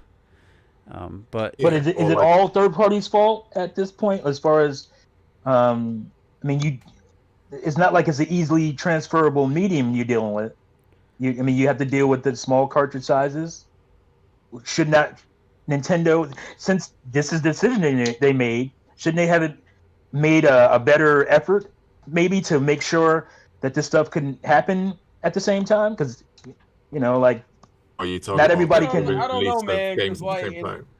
yeah, I kind of wish the late at port this thing would situation, disappear. Yeah, but at this point, I don't really feel like that's on Nintendo, because a lot of third parties used to make that fucking argument during the Wii. Oh, we're not selling enough, or the issue they had with the Wii U, we're not making enough money on your console to justify selling it. And I'm like, well, No, I'm that's talking specifically of games that should come day and date. I'm speaking. I'm talking about third party games that they aren't coming, and they're never going to come because third parties have their excuse for that. I'm talking about stuff like Doom Eternal, like. But then, would you? I mean, that's another. I mean, when we sat, There's a reason why Doom Eternal is late. It's not just because it's on the Switch. It's because yeah, but that's, I mean, at that point, it's more so on third party whether or not they want to prioritize the Switch version. Yeah, that's And what I think what I was realistically, going to go they, into. So you will have yeah, I think cases you will have situations like that. Yeah, it's more of a situation where I think they prioritize the PC version like they normally do, and because it's easy to go from PC to PS4 or PC to Xbox, Switch ends up taking longer because it's like the last thing on the list, because they're going from easiest to hardest. I'm not going to get into no past, because they were putting out game after game and game after game on 3DS while working with the Wii U, and now they're not doing that. So their output should be higher than it is. They don't. I mean, they don't have to put out. They don't have to put out AAA, high end, high spectrum games for themselves. But they freed up a lot of, resources at this point. We're 3 years in now, so. I thought we were the companies that were doing party situation. That's what I was confused about. Were we talking about the third party situation, or were we talking about Nintendo's output? No, we're talking about third party situation, but I'm saying on the other side, because Clock had mentioned, they release, Luigi's Mansion and Animal Crossing and whatnot, within 5 months or something. You're saying, what is it? And that's a lot, and that is true, but they also they also aren't using that huge resource hog that was the 3DS. A lot of people were complaining during Wii U, why isn't this game coming in 3DS? Well, why isn't that game coming to Switch now that there's no 3DS? I'm with you. I'm with you there. I mean, we would all asking for those little extra things. We started seeing some. At the end of the day, we got like, what was it, the stretches. We got like the Clubhouse games. We got like that little jump rope challenge or whatever. Even though that's made by two guys, they're like 5 minutes. It's getting sadder. I know. But what I'm saying is as well. It's like we also had like a lot of. It's like when you think of like the Zelda games or the 2D Mario games and the Metroid games, this is what we were seeing on the 3DS. Now I don't know, to be honest. No, I don't know now if Nintendo, if even Nintendo players, right, would accept a lower quality Nintendo game on the Switch, like a lower quality Zelda. I don't know, because it's on a HD system. Hear me out here, not because it's on a HD system. Don't know how people would feel about a quicker, lower quality Nintendo games, given the nature of today's gaming world. I don't Well, know. they kind of did that with Kirby and Yoshi, I feel. I was gonna Kirby say, especially. like, I got a couple of them already. But So I agree, though, People- that it's not as well received. But people complained about both of those games. yeah, but People complained about Pokemon. Very- I mean, we complained about Pokemon. I mean, like, because you mentioned Kirby and Yoshi, but I'm like, So the Blockhead's company- argument was whether or not people would accept that. What we saw with Kirby and Yoshi, people complained about both of those games. So you're telling me the company that dropped 3D Land, Mario Kart 7, and 3D World within a year and a half of itself can't do better than fucking Kirby, Kirby Star Friend yeah, but you only Allies? mentioned like three Like, games. come on, That was man. like 3 games. Come The on. problem Three with- major, three. Oh, those are just 3 regular little games. Those are 3 regular little games. My bad. The And then they had problem- Link Major Between games. they had I Link get you. Between Worlds at the same day as 3D Link World. Between World. What is it? Oh my god, I can't even think of it. Kid Icarus, Uprising. And they still dropped Smash. Like, come on, man. The problem with Kirby Hey, well- and Yoshi is I feel not that the quality wasn't there because both games looked amazing, I feel. The problem with those games is that they feel smaller because the gameplay was just jank. It's like they fucked up in the gameplay department where they were just so Yeah, the most boring important and thing. easy. But I mean, when you take into account how the game looked, they both looked really fucking good. So it's not necessarily.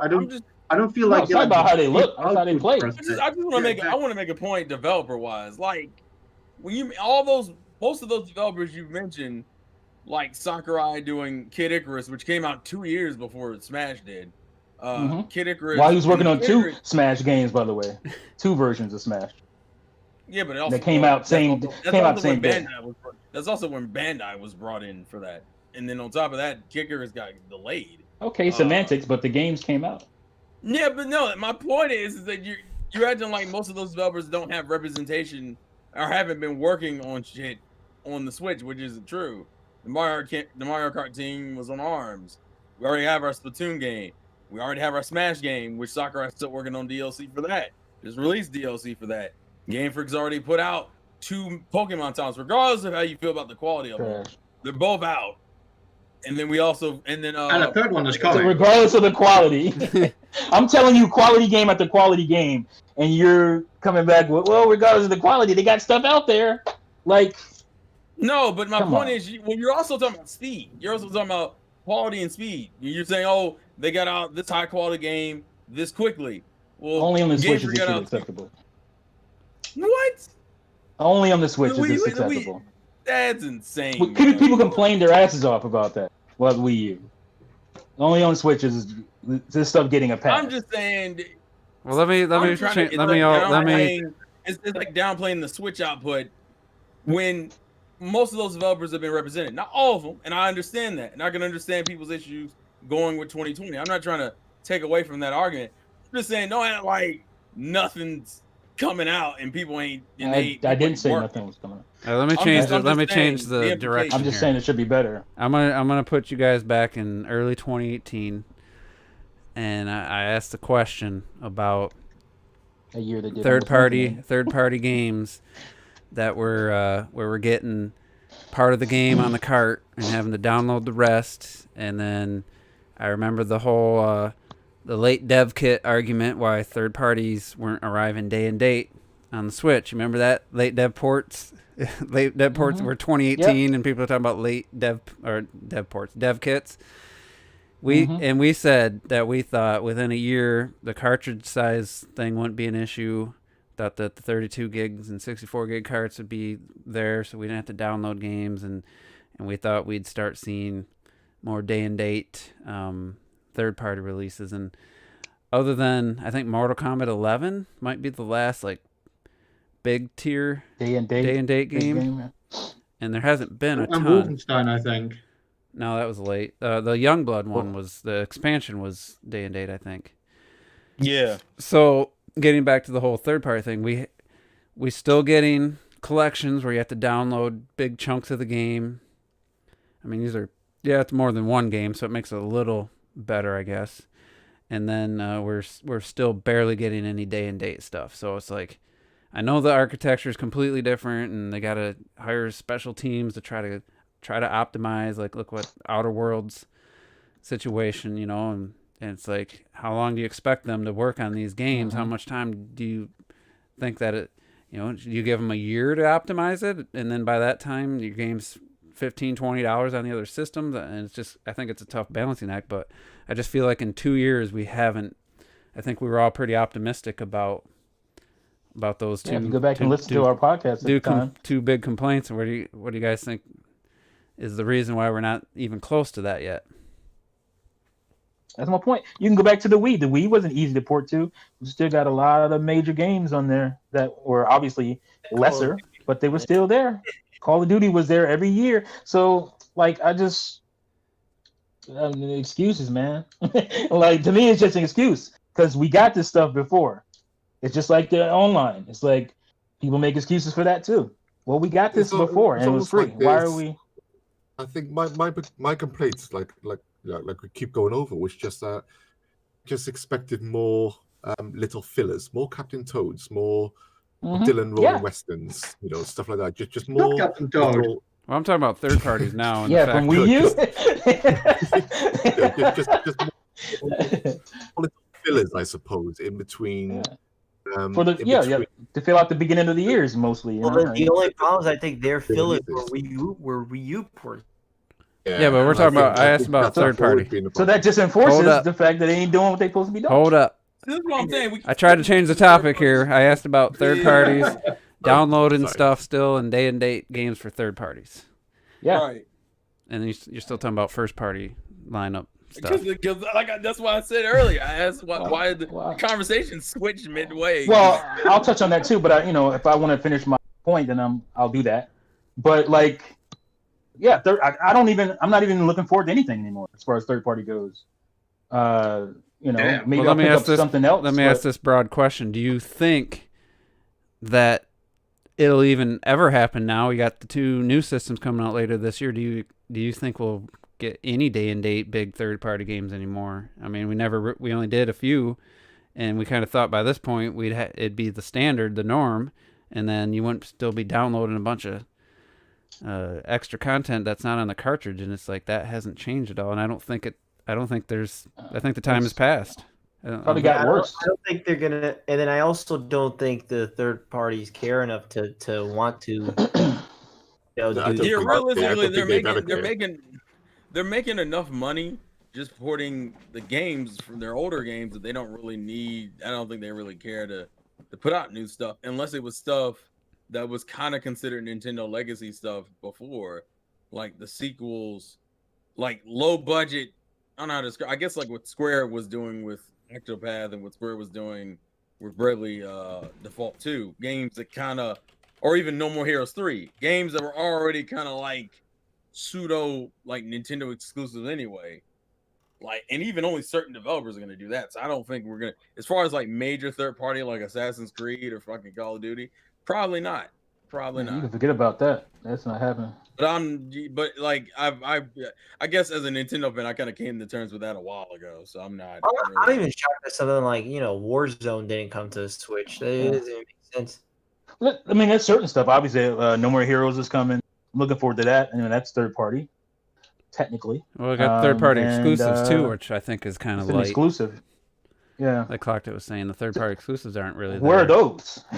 What happened to those? We've had some, but a couple. Yeah, well, I mean, we haven't had a lot. We got another 1 or 2. I expected, to be more. I expect to be way more of those than third. My other party issue is I games. feel like a lot of third parties have kind of just gotten away from that in general, unfortunately. Yeah, I don't think because even on Sony and a lot of third parties don't want to do exclusives because they don't make the money back. Yeah, Yeah. But at the same time, unless the company itself. Oh, you mean like Starlink? yeah, that. I think Starlink would have been a lot better had it just been an exclusive to Switch. Probably. Yeah, but Ubisoft makes dumb decisions all the time, unfortunately. Probably, yeah. That probably. So do you think? Because I remember people were really optimistic about the Switch being, it's a much more modern architecture. It's ARM, whatever. it's way easier to develop for. I remember that was all the hype, You the can scale it, hoopla. scalable, it's so And all these scalable. You games know. are scalable, and it's running Unreal Engine 4, and it's like, I kind of, I kind of thought once Doom got announced in, what, late I thought the tide was. 2017. The We tide kind was of, changing. I thought we would see more. It's like you say they don't care, but it's like you can run Doom 2016 on a Switch. I'm- Then what's the problem here? I'm saying is they don't care in the sense of making the kind of games Clark was talking about, like the Wii. Well, yeah, that's the the exclusive stuff. that's But what I'm just referring to. what's the date? What's the reason for the multiplats? I mean, is it just the technical limitations? Is it the cartridge I think size? it's money. Is it that these games are huge file size? Some of these games are just ridiculous file size. I mean, It's not that I don't think it's a situation where they can't do. Phone priority. That's all it is. Yeah, it's like I they're don't not think it's enough porting houses. Think about it. Think about what's easier, porting a game from PC to PS4, which is a relatively easy conversion in comparison, and dropping and getting like 5 million copies. but that's off the it. question though. The Wii U got Call of Duty both Call of Duty's day and date, and that supposedly was a harder architecture. So it's like It's like Yeah, but even that was now, also the guys who are the making first- It's lip service, man. the guys who are making a new Worms game, I think Retro saw this. I was gonna Retro bring saw that up. Yeah. Guys who are making a new Worms game. I mean, it's Yeah. it's got I think it's only online. I don't think it's got any local co-op, and it's console exclusive to PlayStation consoles. It's a 2D kind of battle royale game, and like I'm not about graphics, but we have to I have to bring it up because of what we're saying that the Switch can do if it's But too a battle heavy. royale 2D. It looks jank as fuck. It doesn't even look that good, and it's coming only to PlayStation and PC, and that's exactly the type of game where like there's literally no excuse why it's not on the Switch. I mean, because that is exactly what sells on the Switch, where the money. Yeah, and would you be say for a nobody game does like that anymore, but PlayStation gets a lot of tiny little games that are only on PlayStation 4. They get So loads. they get a lot of those. So that still happens. I That's mean, still they a still thing. get like what was that Ninja Dark Souls style game Neo? They got Neo 1 and 2 now, I believe. Yeah, they got Though. Sekiro as well. Sekiro was Sekiro. software as well, wasn't it? I think that was on Xbox. No, Xbox it is on Xbox. Yeah. Oh, it is on Xbox. So- yeah, I just remember when people said Capcom ported the RE engine, and I see Doc Trace saying that what's that? Plants vs Persona Zombies. 5 on Xbox One. Plants vs Zombies is coming to Switch, so that confirmed that game runs off on Frostbite 3. That confirms the Switch can run Frostbite 3. Getting all excited about that. I'm like, just because Capcom made the Switch have more RAM. We're gonna get Yeah. Resident Evil. Oh! It's like- Where's Capcom? it's like Frostbite ran on the Where's 360. Capcom? Lightning. It's like Yeah. Frostbite ran on the 360, and Battlefield looked like trash on the 360 compared to like what it can do now. And it's like, I mean, so it can run on stuff, and it's like, but at this point, I just don't understand maybe you don't care, maybe you're not. I'm not mad or anything. I'm just like, why is there the praise for the third parties is what boggles my mind that I'm Yeah, seeing. you can't be praising third party. Yeah. Like, this is like the most, what did they say, the most, The GameCube. the best library on a Nintendo system ever type comments. The reason Since the Super to be fair, Nintendo. to understand the context for that one, whether or not you agree with it, that's fine. But the context is that these are games that skipped Nintendo for 2 generations, essentially. These are games that didn't come out on the Wii. These are games we didn't even get on the Wii U. Yeah, they're old. Yeah, we should be getting the new iterations. I 100% agree. But this is the first console to get these games. That's why people view it that way. Not saying it's necessarily right. Bro, we got Madden. We got Need for Speed. We got Call of Duty. All these games were on the Wii, yo. Like, Wii U. I would say the Wii U was closer to the 360, PS3 in power, so it was more of just converting the code. I wasn't even thinking about those games, honestly. Yeah, that's what a lot of people were saying. That It wasn't very the much like a no, that 360. was I thought when you were talking about ports, I thought you were talking about in general, not just those games. No, I'm talking about third party, like major third party games. Unfortunately, I wasn't thinking about those games. I generally don't think Nintendo is going to be that third party machine until literally right now. I would argue we're not going to get until, like we said, until you hit the ceiling of power, like, and everyone's just going to be super similar. Like, I don't think we're ever going to see. I think we'll be at those type of streaming. things. I think we'll be at streaming before Nintendo gets to the power ceiling. I even I'm saying disagree. financially, Go ahead. I even disagree with what Robert said. I think even if Wow. Nintendo would have the exact same power, I think a lot of these companies just I don't know don't give a about that. fuck. No, I I agree. don't know about that. I think if it was I think same that's exact, like half and I half for think me. especially These if it was companies- like the Switch selling, I If think there's they'd money to be made, they'll They do don't would like do the it. fact that when they go to Nintendo's, they're the top list, that they're not in it. They see Mario this, Zelda that. They don't like that. They like being on the PlayStation 4 Oh, or I'm sure Call they of love Duty, that. and they love that. But They love that. But what if, being at though, the top of those lists? you know, I They would always don't feel like they can sell enough. They can't compete. when we with Nintendo. point out that But that doesn't help Nintendo in that situation. Then that means they're always. It's like, well, what? I'm not gonna put the game out because we can't compete with Mario. Well, what kind of shit is that? So Well, here's the They've thing, been saying though. that since the damn. They've been saying that since the N64. So well, I mean, here's the thing, though. You say that, but it's like if it was equal power, let's say they'd come out with a Switch 2 or something already, and it was equal to PS4 or an Xbox. We see all these Japanese games coming to Xbox One because we're like, why? But it's just basically a very minimal effort. Put it on there. You've developed the game. It runs on the same architecture. You just gotta, do a few things for the OS of the Xbox and whatever. And it's a very low risk to put it on the Xbox. Maybe you don't make a ton of money, or maybe break even or whatever, or maybe even lose money. But the risk of entry is way lower. And I just truly think if Nintendo had was like that, the Xbox One, where it's so close in architecture, where it's not much effort it needs to put in, I think we would get every one of these. No, I agree. I don't think they would agree care with that. about competing with Mario when it costs them, who knows what it would be. Let's just say $100,000 versus $1 million to put a game on the Nintendo system, versus what the Switch takes and the effort and the extra team they have to hire. If they could just, I'm not saying I want Nintendo to be a third clone. I'm just saying I think and we'll never know, but in my mind, I think we would have got the Resident Evil 2 and 3 remakes. We would have got Definitely. Doom Eternal Day No, 1. I agree. I agree with that. Because I realistically, I think the biggest literally- barrier is the money. I think that's the biggest barrier for most of these companies. I think that because I guess you would say it's probably the power then. Wouldn't be the money. Because, It would I mean- probably be more so the power. Well, no, I say money because it costs less to develop a game when all three consoles are like Yeah, right if there. the power Because of the kind of power, goes though. with the money. Yeah, the money's because Yeah. it's very minimal. If you don't got to change the code over and you don't have to do all this and hire another team to Man, do the other version. why is Witcher 3 on Switch then? Man? Like, Yeah, but look how much Why? effort they had to put into that. I don't know. who know? You know how much effort they put in? Well, they had a whole a whole 40-minute video about it, where they're talking about everything they had to do to get the game, all the things they had to do to optimize, and Are they Thanks. happy with the results? I think they are, but Yeah, Oh. I mean, to be fair, it's still an accomplishment. pretty damn when you crazy. look at it, Well, you're like, okay.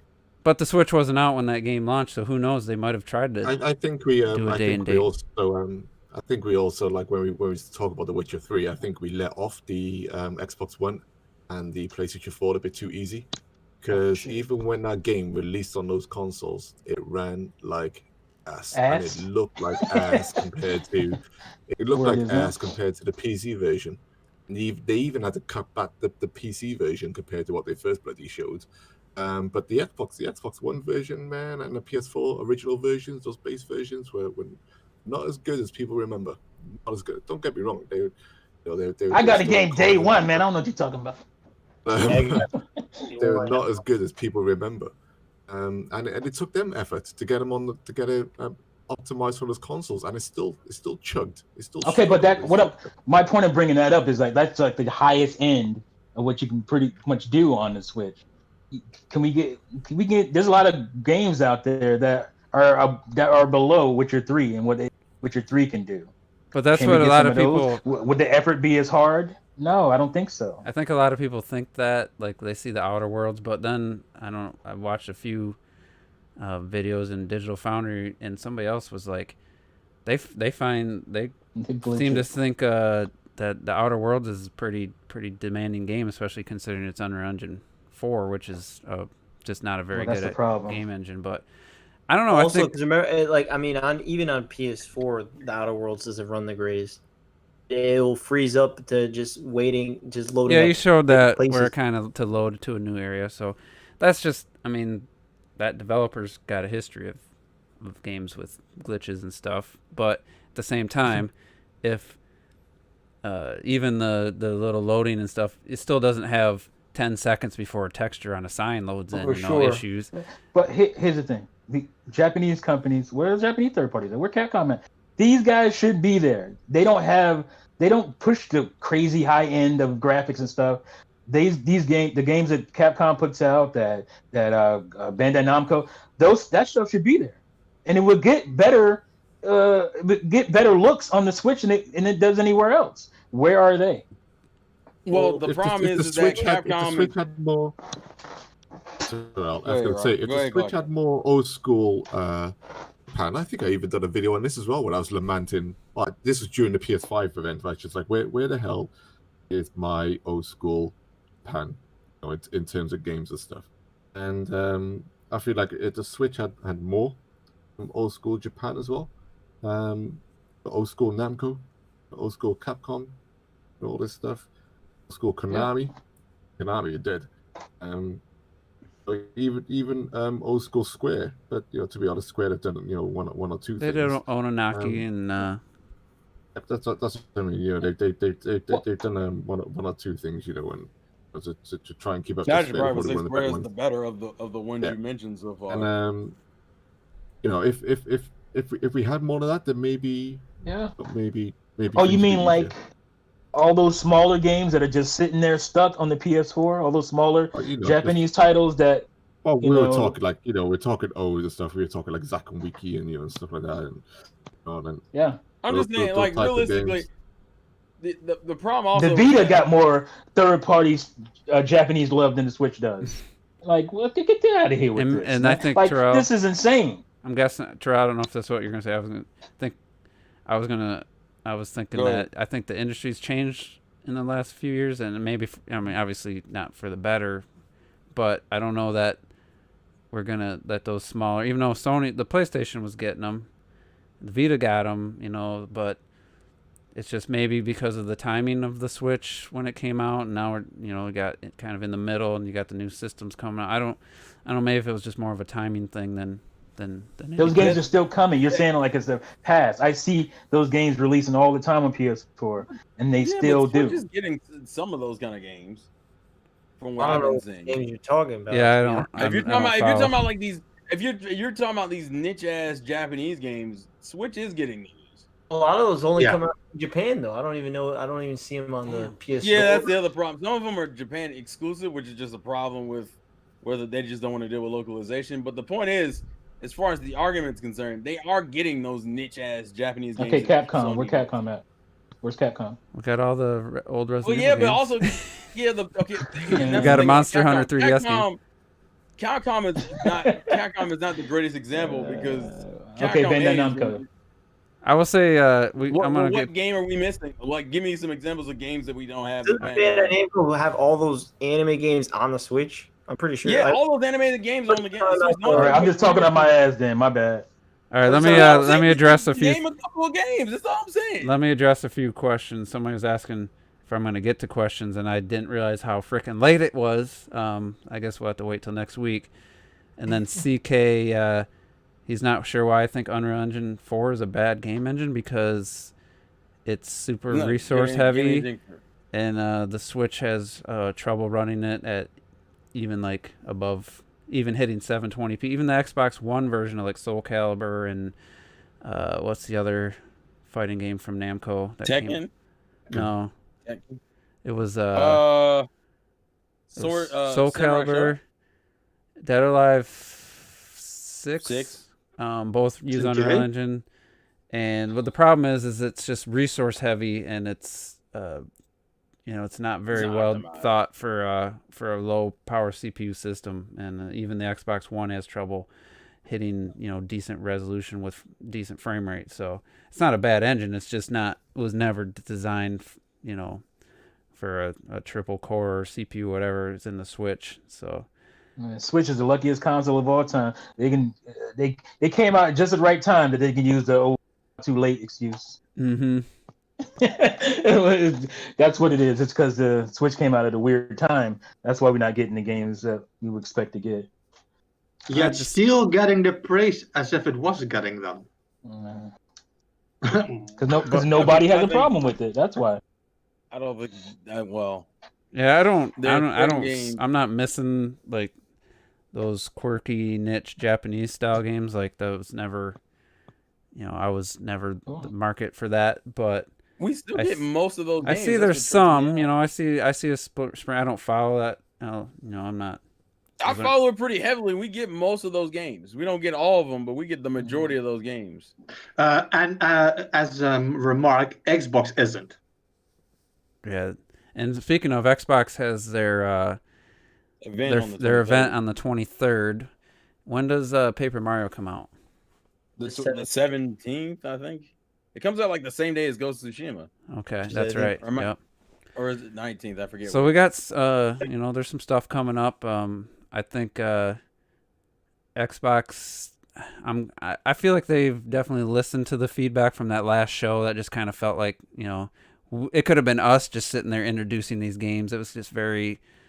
I don't know if it wasn't like thrown together, but it wasn't quite the presentation I was expecting. And then the lack of gameplay. Name one good state of play. Which one was your favorite? Well, exactly. I like the one there where they showed that Platinum Babylon. What the hell is it called? There was a few good announcements in that one. I didn't hate that show. There was one I mean. And then they had the individual game ones and the PS. Yeah, I remember that one was okay, but the problem was the games and it wasn't amazing, but it was definitely the best one. But anyway, That's a low bar. We'll see if Microsoft learned from that first showing, and I'm glad it was kind of the third party, because if they had fudged their first party stuff, where there's like no actual gameplay captured off the Series X, I mean minimal gameplay, not like there wasn't any, but I have a feeling, I'm hoping that they saw what they had done and then saw what Sony did, and we had the Unreal Engine 5 demo, and I just expect and hope to see some more extended gameplay actually running on a Series X at their show. And I don't think their timing is by accident. I think they wanted Sony to play their hand because they were so used to Sony clowning them after they played their hand early out and clown them.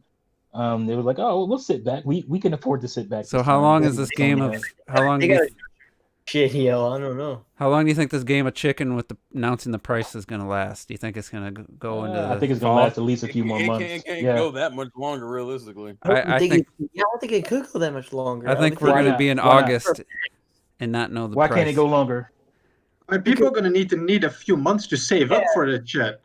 Realistically, like you're gonna have to put it in the store. Like, plus, you got to have pre-orders go live at some point. Yeah, like realistically, something's gonna have to happen. Either that or they're gonna delay the console release. 2 months. September is 2 months max. That's what I'm saying. So they're gonna release it. So what are you buying on Switch in November? Wait, what? What are you? My point is, they can wait. They got time. I get what you're saying. They could announce it in October, but time. Yeah, I think with the nature of the with COVID-19 and I think it's gonna be a shorter supply than a normal launch. Maybe they will wait to open the pre-orders. I mean, if they on July 23rd, if they announce the price and say pre-orders go live, I have a feeling all the pre-orders will be gone pretty quickly. Yeah, it's not gonna. They're gonna sell these things out regardless. I think worrying about the price. These things would be $800 each. They're still going to sell out. If they're 800, then I'm out. They're not worried about that. I'm just saying they're still going to sell. They're still going to sell regardless. They're going to sell that initial stock regardless. So rushing to a price, they can wait 2-3 months. Yeah, if it's high, I agree that waiting's probably better. If the Xbox comes out at like $450 or something, I mean, they're never going to be in stock. I don't think for like the first year. I just think. If they could somehow go low, and Sony is at 500 or something, then I think who knows what their reasoning is, but if it's 800, I'm out. I'm not getting on. But if it's 500, I might consider pre-ordering. That's on the fence for me. If it's below 500, I'll definitely pre-order it. But we got a few weeks before that. Say is what would happen if they have the Xbox, right? Then they announce the price, and then literally that same goddamn second, Sony uploads a goddamn video undercutting them with the price, and that would be such humiliating. That'd be so humiliating. I don't think so. About They're the not price, in a though. the position isn't easy for them to do that again. So Malik put a good thing, because we got the discless, the digital only PS5. So if that's 400, the one with the disc drive is 500, and Xbox has the Series S at 300 and the Series X at 600. I mean, they'd have the lowest and the highest, and Sony would have the two in the middle. That'd be an interesting scenario to see how it plays out. I don't think it'll be. I just don't see Microsoft trying to charge $600 for a console. I don't think they're going to. I think whatever Sony sets that, because that's what Phil Spencer was saying. We're going to be competitive. Yeah, he goes. We're $100 apart is not competitive. No. So it'll be interesting to see. I mean, that's pretty much that hit, and it doesn't matter. I think he has the green light to. They're going to lose money. I think he knows that. They have the green light to do so, because they want Sony this generation. They want to tackle them this generation. And if they show some really good games they're not going to be. Some of them might be exclusive to Series X, but at the very least, unless you go out and build a really expensive PC, you're not going to want to play this game on your base model Xbox. Some really great games. That's honestly, and brand loyalty is strong. I mean, brand loyalty could mitigate a lot of that. But we saw the Xbox 360 fans jump to PS4, so it can happen again. One of those casual people that could just hop back to the Series X. Yeah, it's all about casual. That's who's gonna run the market anyway. It's what the casual and market decides. This gen just eat. I can't even speak. The PS4. Yeah. Well, that's what you got. I got to give Next Gen 720, credit when credit's due. He's like, that first 3, 4, 5 million is your hardcore fans, your diehard fans, and then once the system gets $100 price drop, then all the casuals start buying it, and then my friend's got a PS4. Well, I guess I'll get the PS4. That's my decision made. And then it's just like a domino. It's almost like the stupid COVID-19 virus spread. Once it starts spreading, and then other people spread it, then it's all of a sudden out of control. And I really feel like that's what happened with PS4 once everyone because the 360 was. I was like, well, why'd you buy a 360? Oh, my buddy had 360. I want to play Call of Duty with him, And then that guy's and buddy, it was first. A lot of people bought it because it was first to the market. Yeah, and also the Call of Duty content would come first, and there was just all these reasons everyone started buying the 360, and then all the reasons they bought the 360 was the PS4. The reason they bought the PS4, my friend has the PS4. They get the Call of Duty content first, and it's like that's why, I know some people bought 2 and 3 360s because they kept red ringing like a mother. Literally, his only thing that the PS5, he's like, I might just buy the PS5 because my SCUF controller works with it or some shit. It's like, what? So that's he just cares about Warzone. So it's like that's the casual that's gonna buy. So it's like, hey, you never know. Gotta eat up those. So all this preening and posture may not matter. That's the market why will decide. The PlayStation event started with GTA 5 because the casuals is where the cash is. Mm-hmm. Yeah, because the majority of the 100 million PS4s, it's not a bunch of diehard Sony fans. I mean, I wonder what the actual number is, but I bet it's like under 10 million, without knowing for sure. I think that's the same with any console. Yeah. I think we saw the Nintendo fan base with the Wii U. Yep. Yeah, for sure. And if it wasn't for Mario Kart 8 being as good as it was, I think the actual Wii U sales would have been more like 7 million. Poor Wii. Yeah. Because I think a lot of when the Mario Kart was that good, Mario Kart 8 was that good. You got some of the casuals to buy it, or my buddy bought it for his kid, but he still bought it. So yeah, TriLink, no questions. We're gonna wrap this up. Good discussion. Number 300 didn't do anything special. Remember, I feel like the episode 69 was like the big highlight one. It seems so long seemed ago. like it was yesterday, man. I know. You guys did not want me to. You said you're not going to be on the 69th episode. You're not allowed on it. And then I don't know. I was on it. Yeah. We don't want any of your juvenile humor. So yeah, it's been quite the ride, and I don't know if I got. I'm just gonna say this. I don't know if I got 300 more podcasts in me. I don't know about you guys, but. Yeah, I'll be almost 50. Looking forward there. I'll be almost 50 years old by the time we get to 600 at this rate. So it's like, you gotta do this till the day we all drop. That's the whole point. Maybe we could do like a season where we take like a month or two off. Turn this shit professional, son. The way Robert wants it, he wants everybody to stay in shit. Let's say if we do this forever, then let's say like super morbid and like 40 years or something, and like Clark that passed away yesterday, so we won't be seeing him anymore. And like a few years later, there's just going to be like fucking Robert and like Terrell left. Yeah, I think if we start getting 2,000 and 3,000 live viewers, you're like, hey guys, very excited to be here. This is my 55th birthday, and we're having a great time. What do we got to do? I mean, not that it's one of those things where it's like it would be nice, but at the same time, to do what it takes to hear what people have to do to get those kind of views, or the kind of podcast or show they have to do, it's like I don't want to be that. I think we all just have to, it takes a little luck, and then we all have to like really work on our channels. And I think we need all to of our channels bigger. I think we need to add the subscriptions and all that, donations and all that, because not that I like need that, but I think it feels like that's what all the successful bigger streams have, is that. It helps people feel like they're a part of it, like when they. But that's why I guess I could probably spend a little more time reading the live chat on there. I mean, even if you don't have to pay or anything. I think that's why people pay, because they want their comments read.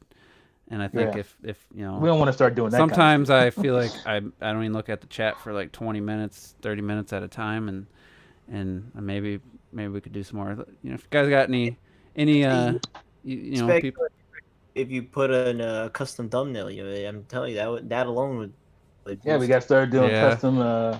And I got to put the super long title. Emojis. Got to get them emojis. I got to put 300th episode discussion, Last of Us 2. I need $5 if you want that Mario emoji.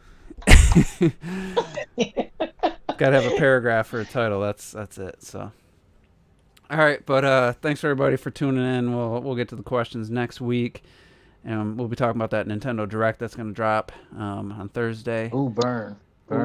Somebody said you can use your community tab on your channel, maybe. He